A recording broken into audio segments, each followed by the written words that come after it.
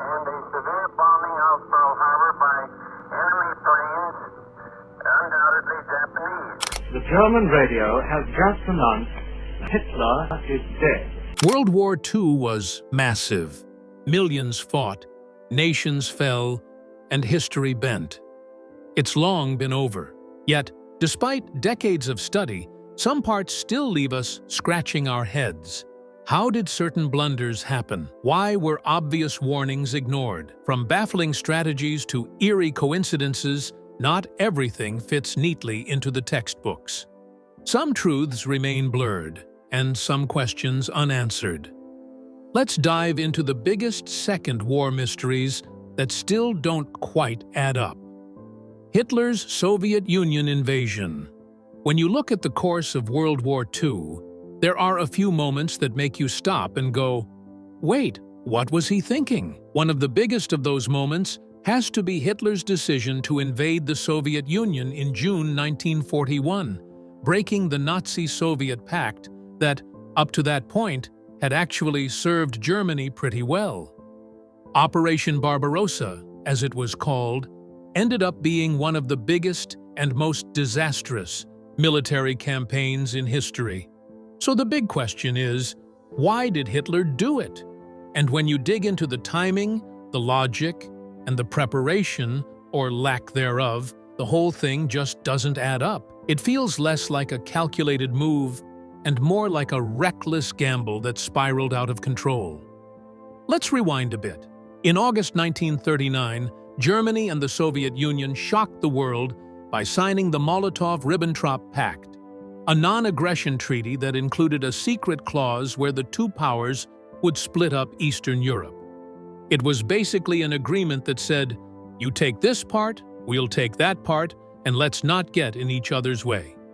It allowed Hitler to invade Poland without worrying about a war on two fronts, which had been a huge problem for Germany in World War I.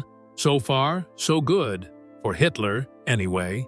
After Poland was divided, Hitler turned west, smashing through France in 1940, and things looked like they were going his way. Britain was still hanging on, but after the fall of France, Germany was sitting pretty in Europe.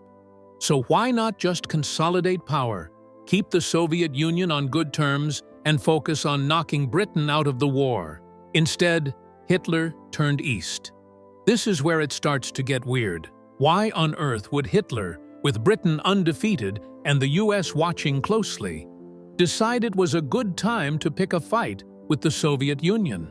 Part of it comes down to ideology. Hitler hated communism. In Mein Kampf, he made it crystal clear that he saw the Soviet Union as Germany's ultimate enemy. He believed in something called Lebensraum, basically living space for the German people, and thought that Eastern Europe, especially Russia, should be conquered, depopulated, and colonized by Germans. From an ideological standpoint, Hitler always saw the Soviet Union as the end game, but ideology only gets you so far in war. Timing matters, resources matter, logic matters, and that's where things fall apart. By mid-1941, Germany was still at war with Britain. The Luftwaffe had failed to gain air superiority in the Battle of Britain, and Operation Sea Lion, the planned invasion of Britain, was shelved. Britain might not have been in a position to invade Germany, but it also wasn't going anywhere. And then there was the wild card, the United States. FDR hadn't officially entered the war yet, but America was already ramping up support for the Allies through things like the Lend-Lease Act. Hitler had to know that eventually the US would step in. So, Germany had unfinished business in the West, looming threats abroad, and supply lines that were already stretched. And yet, Hitler chose that moment to launch the largest land invasion in history against a country that was massive, bitter cold, and had an enormous army. Why now? Why not wait until Britain was neutralized, or at least until Germany was in a better position to fight a two-front war? Hitler thought the campaign would be quick. He famously believed the Soviet Union would fall in a matter of months, maybe even weeks. Spoiler alert, it didn't. German troops pushed deep into Soviet territory, but they weren't prepared for the long haul. Their supply lines couldn't keep up. They weren't equipped for the harsh Russian winter. Fuel shortages, food shortages, equipment failures, it all added up. The Soviets, meanwhile, regrouped, relocated factories beyond the Urals, and launched a brutal counteroffensive. And let's not forget, the Germans didn't even bring winter gear. That's how convinced Hitler was that the war would be over before the snow fell. Another major miscalculation was underestimating the Red Army. Yes, Stalin had purged a lot of his military leadership in the 30s, and yes, the Soviets looked weak during their invasion of Finland in the Winter War of 1939-1940. But they still had a huge population, massive industrial potential, and an almost unmatched ability to absorb losses. Hitler saw the Soviet Union as a rotten structure that would collapse with a few hard kicks. Instead, the Soviets dug in, fought back, and dragged Germany into a brutal, grinding war that would bleed the Wehrmacht dry. Honestly, it seems like Hitler believed his own hype. Germany had won so many quick victories in Europe that he started thinking his military was unstoppable. The Blitzkrieg had crushed France in 6 weeks. Why not do the same to the Soviets? He saw Stalin as weak, the Red Army as incompetent, and the Soviet system as doomed. In Hitler's mind, it was just a matter of striking hard and fast, but that was wishful thinking. The Soviet Union was nothing like France. The terrain was vast, the weather was brutal, and the people were used to hardship. Instead of folding, they fought like hell. And Hitler, who micromanaged the war effort and ignored the advice of his generals, refused to adapt. Operation Barbarossa didn't just fail.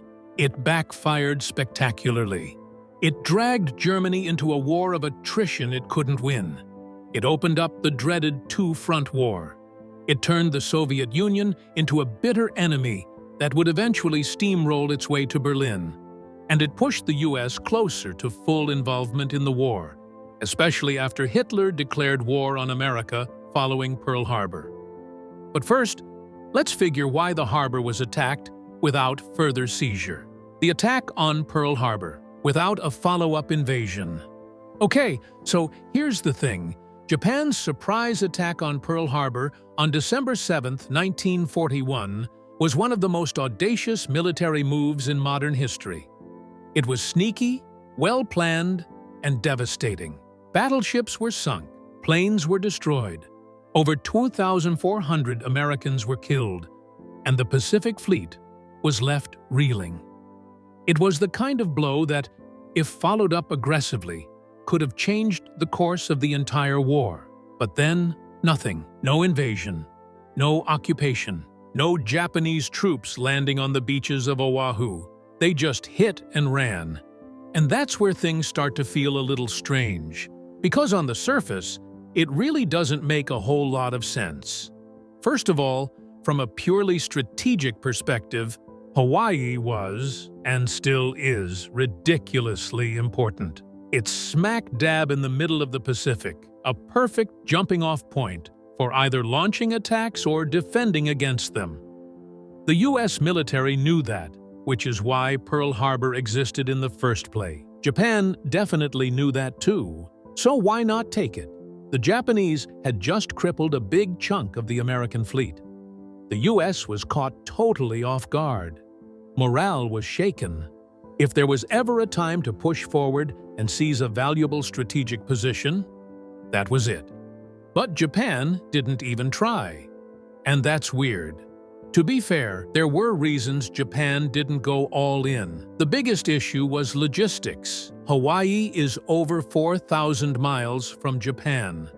That's not exactly next door. Supplying an invasion force over that distance, across open ocean patrolled by American forces, was an enormous challenge. Japan's military, while strong and full of daring pilots and ships, simply wasn't built for that kind of massive, far-from-home, amphibious operation. In other words, They could bomb Pearl Harbor, but landing tens of thousands of troops there, keeping them supplied, and holding the islands? Totally different story.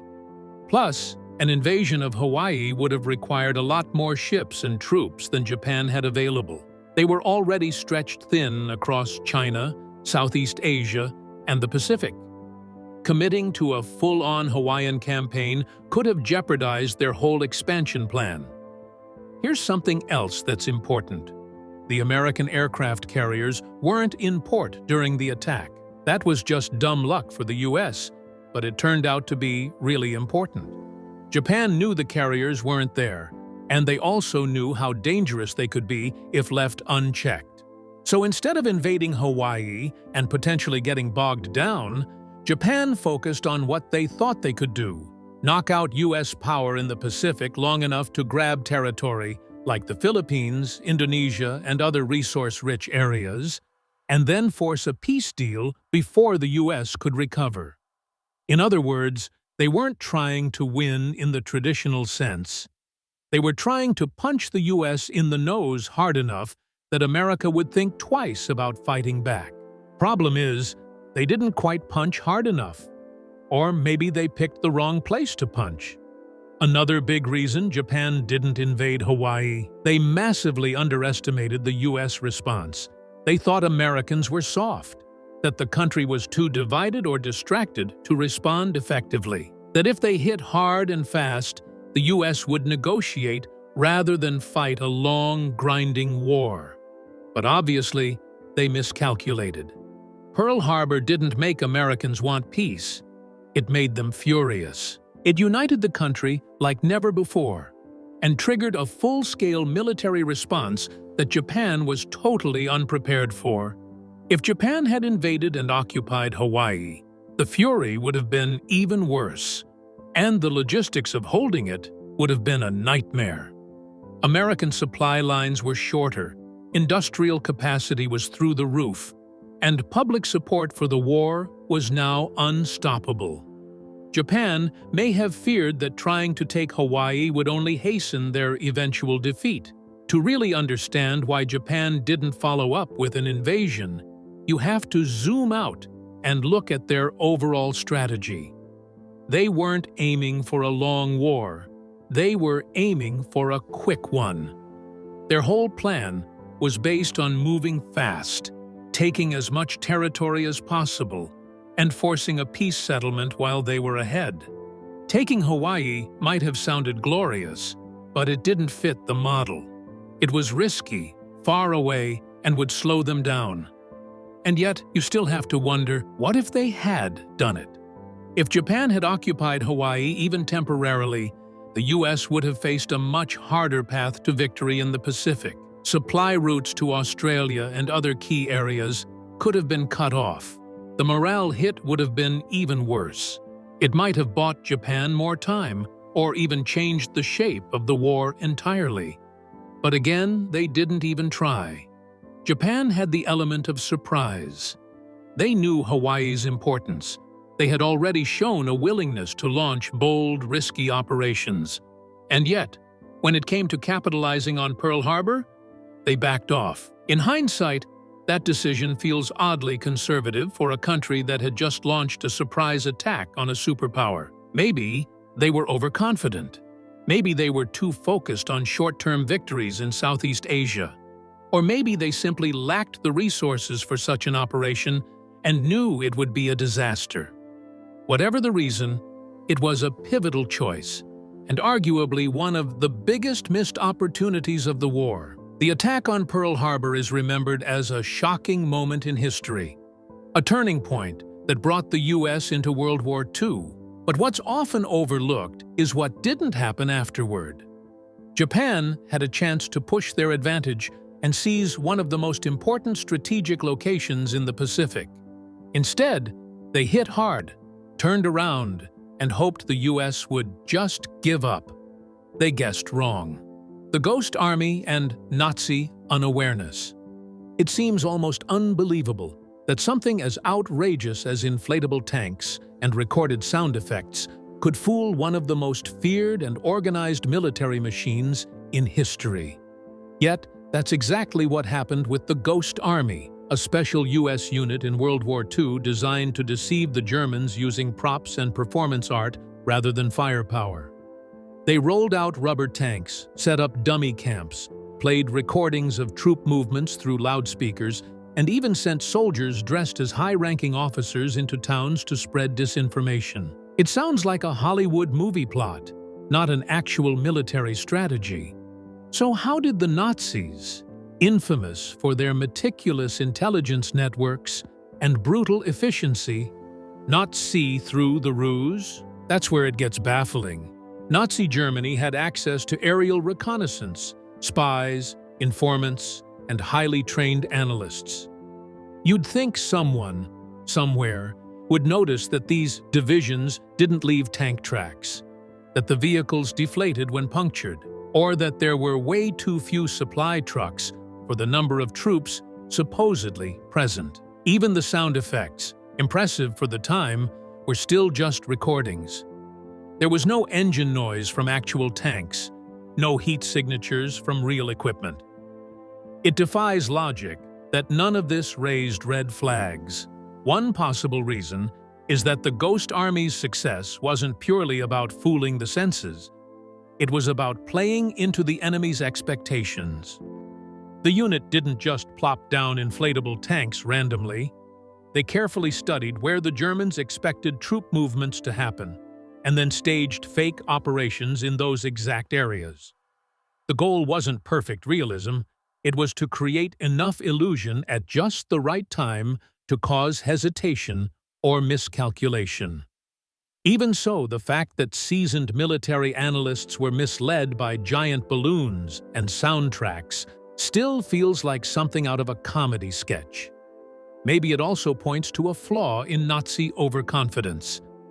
They believed in their own superiority to such a degree that they assumed the Allies wouldn't or couldn't pull off such a stunt. Combine that with the fog of war, where chaos and confusion already made solid intelligence rare, and you get a situation where an army of artists, designers, and sound engineers could alter the course of battles. Rudolph Hess's mysterious flight to Scotland. World War II is packed with strange stories, but Rudolph Hess's solo flight to Scotland in May 1941 might just be the weirdest of them all.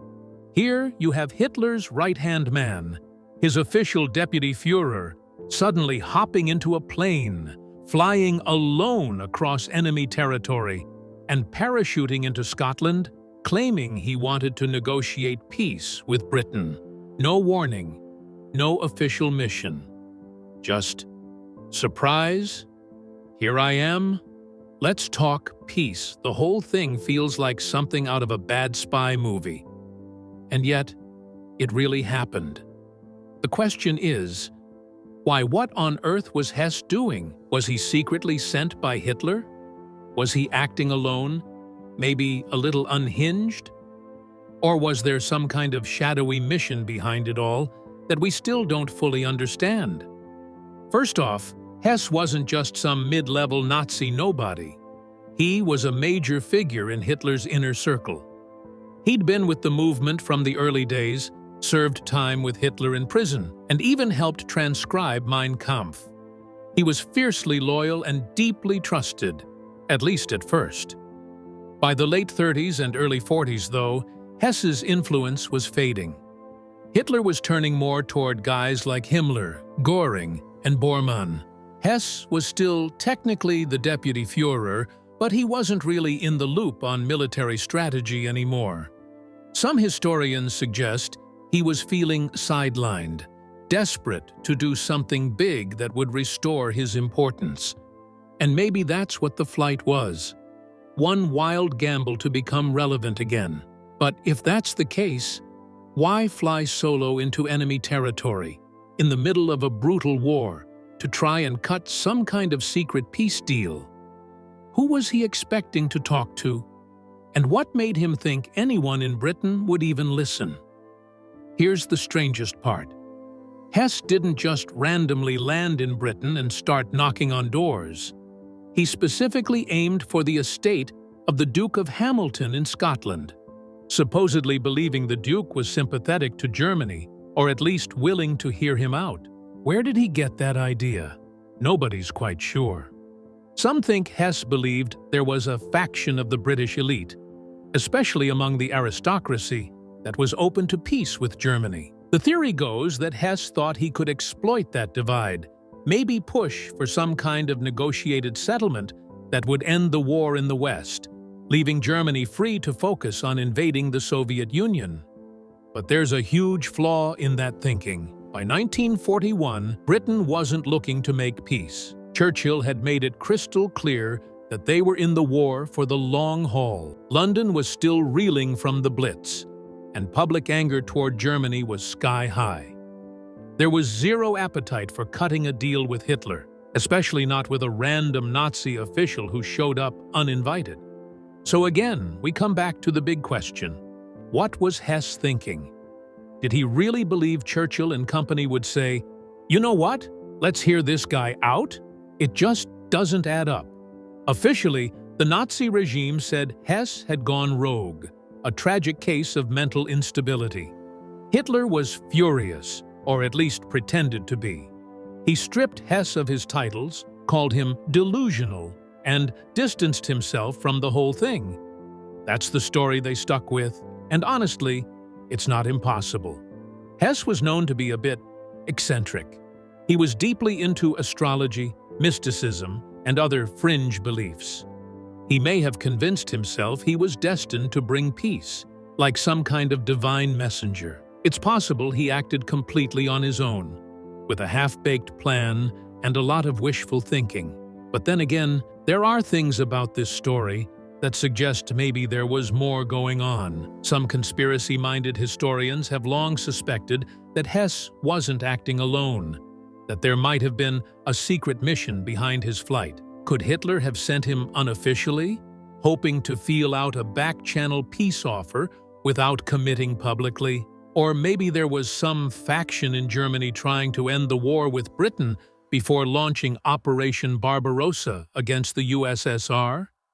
There's also a strange lack of transparency from the British side. After Hess was captured, the UK kept him in solitary confinement for years. His trial at Nuremberg wasn't until 1946, and even then, a lot of details about his mission were left murky. Some records remain classified to this day. That kind of secrecy has only fueled the idea that something deeper was going on. Still, if this was a secret mission, it was a really poorly executed one. Hess didn't bring any kind of formal proposal, and he had no real authority to negotiate. The whole thing felt more like an act of desperation than strategy. If it was a covert operation, it was borderline absurd in how clumsy it was. He finally died in 1987, officially by self-harm, although even that has been questioned by conspiracy theorists. The Miracle of Dunkirk. The evacuation of Dunkirk in 1940, often called the Miracle of Dunkirk, is one of the most surprising events of World War II. Over 300,000 Allied soldiers, mostly British and French, managed to escape from the beaches of Dunkirk, France, despite being completely surrounded by fast-advancing German forces. What makes it all the more puzzling is that the German army, which had been sweeping through Europe at lightning speed, suddenly stopped just as they were about to crush the trapped troops. It's almost like they gave the Allies a chance to get away. Whitey, that's the million-dollar question. One of the most widely debated theories is that Hitler himself ordered the German forces to halt their advance. According to this idea, Hitler wanted to give Britain a chance to negotiate peace, thinking they'd be more likely to cooperate if their army wasn't annihilated. Some argue he respected the British Empire and hoped for a future alliance. But when you really look at the situation, that theory doesn't make much sense. Why would Hitler, in the middle of a brutal war, throw away a golden opportunity to wipe out a massive chunk of the Allied army? He had them trapped, helpless, with their backs to the sea. Letting them go doesn't line up with his aggressive war strategy or his past behavior. Another argument is that the terrain around Dunkirk was swampy and hard to navigate for tanks. German generals worried about their armored divisions getting stuck or being exposed to counterattack, especially since they'd advanced so fast they were getting stretched thin. But again, it doesn't totally add up. The Luftwaffe, German Air Force, was still bombing the beaches, and the German army was more than capable of finishing the job with infantry. Plus, German commanders like Guderian, who led the armored spearheads, were furious about the halt. They felt they could have easily rolled in and ended the war right there. The pause lasted 3 whole days. That was more than enough time for the British to pull off Operation Dynamo, the massive evacuation by naval and civilian boats. What's more suspicious is that the Germans restarted their attack right after the bulk of the evacuation was over. It's like they were told to wait just long enough for most of the British troops to escape, and then go back to business. Some historians think internal politics within the German high command played a role. Maybe Hitler didn't trust his generals, or was trying to boost the Luftwaffe's role by letting the Air Force handle things. Still, that kind of miscommunication or rivalry seems too convenient. The result was a huge strategic gift to the Allies, one that changed the course of the war. A deadly weapon left on the shelf. When people talk about the Second War and Hitler, the conversation usually involves horror, brutality, and a total disregard for human life. This is a man who started a global war, oversaw genocide, and bombed civilian cities without hesitation. So here's the big mystery. Why didn't he use one of the most terrifying weapons available at the time? Nerve gas. It turns out that Nazi Germany had nerve agents like sarin and tabun well before the Allies did. These weren't just leftovers from World War I mustard gas stockpiles. These were next-level, brand-new chemical weapons that could wipe out entire armies with just a small dose. And yet, Hitler never unleashed them on the battlefield. Why not? It's one of those strange war decisions that seems, frankly, out of character. This is Hitler we're talking about. He wasn't exactly worried about playing fair. So what gives? Let's be clear, Germany wasn't short on chemical weapons. They had huge stockpiles, including nerve gases that were far deadlier than anything the Allies had at the time.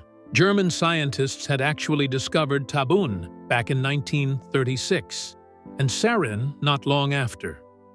These weren't theoretical weapons. They were real, tested, and stored. The Allies, by comparison, had nothing remotely close. They were still stuck with old-school gases like phosgene and mustard gas. So, from a strategic point of view, Hitler had a serious advantage. In a total war situation where cities were being firebombed and entire nations were being invaded, it seems like the obvious move would be to use everything you've got. One of the most common explanations is fear of retaliation. Hitler knew that Britain and the US also had chemical weapons, maybe not sarin, but still deadly stuff. If Germany had used gas, the Allies might have responded in kind and turned the battlefield into a chemical nightmare. That argument kind of makes sense, but only to a point. By 1944 and 1945, Germany was being crushed. Cities were in ruins. The Allies were advancing on all fronts. At that point, what did Hitler have to lose? If he was truly worried about going down fighting, why not pull out all the stops, especially something as powerful as nerve gas? It's hard to believe that a guy who was ordering the total destruction of his own country by the end of the war was suddenly too cautious about chemical warfare. It just doesn't quite fit his usual all-or-nothing mindset. Here's a theory that sounds almost laughable at first. Maybe Hitler thought chemical weapons were too inhumane to use. Now, given everything else he did, from the Holocaust to scorched earth campaigns, this theory feels pretty weak. But some historians point out that Hitler was himself a victim of gas warfare in World War I. He was temporarily blinded by mustard gas in 1918 and supposedly had a personal fear or disgust toward chemical weapons as a result. Still, let's be honest, this wasn't a guy who showed much concern for human suffering. If he had any moral lines, he didn't draw them often. And considering he had no problem gassing millions in concentration camps, it's hard to believe he suddenly grew a conscience when it came to battlefield use. So again, doesn't add up. Another possibility, maybe Hitler thought the Allies had nerve gas too. There's some evidence that German intelligence believed the Allies had their own versions of sarin or tabun. If that were true, then launching chemical weapons would have triggered a catastrophic counterattack. But here's the kicker. The Allies didn't actually have nerve gas. They had no idea what sarin or tabun even were. Germany was way ahead on that front. If Hitler had used it, the Allies wouldn't have had a direct response. He could have caught them completely off guard.